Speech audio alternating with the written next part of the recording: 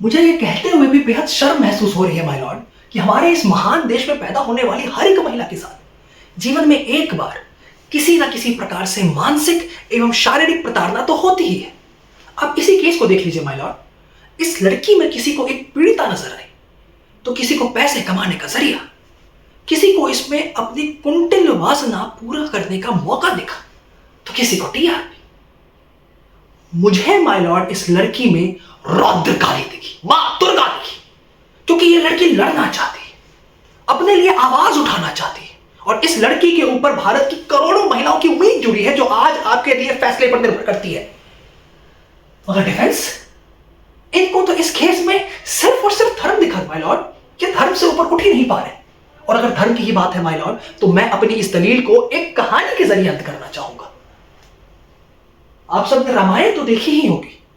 रामायण के अंत में प्रभु श्री राम द्वारा वध किए जाने के पश्चात भी रावण को मोक्ष की प्राप्ति नहीं हुई। वो सालों तक यूं ही तपस्या करता रहा, बस इस उम्मीद में कि महादेव उसे दर्शन देंगे और उसे मोक्ष प्रदान करेंगे। इसी दौरान मां पार्वती एक दिन विचलित होकर महादेव के पास गई और बोली, हे प्रभु, आप इतने कठोर कैसे हो सकते? कृपा करके अपने परम भक्त रावण को दर्शन दे और उसे मोक्ष प्रदान करें।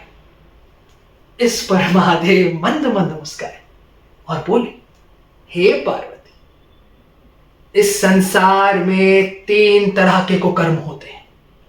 पहला पाप जो किसी व्यक्ति से जाने अनजाने में हो जाता है, जिसका प्रायश्चित एवं माफी संभव है।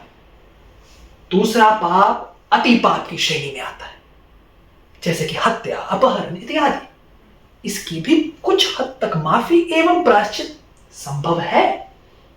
मगर तीसरा पाप महापाप की श्रेणी में आता है, जिसकी कोई माफी नहीं।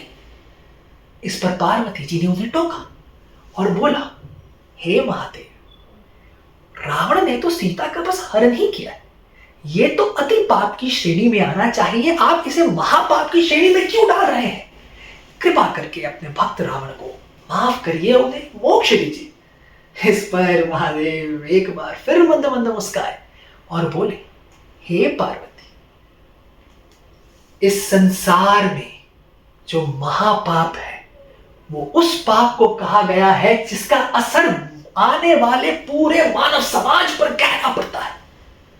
और मैं रावण को माफ कर देता अगर उसने रावण बन के सीता का हरण किया होता, मगर उसने साधु का भेष धारण कर सीता का हरण करा, जिसका असर पूरी साधुत्व, सनातन संस्कृति, हमारे समाज और मानव पर गहरा पड़ने वाला है। और ये व्यक्ति रावण है, रावण माय लॉर्ड।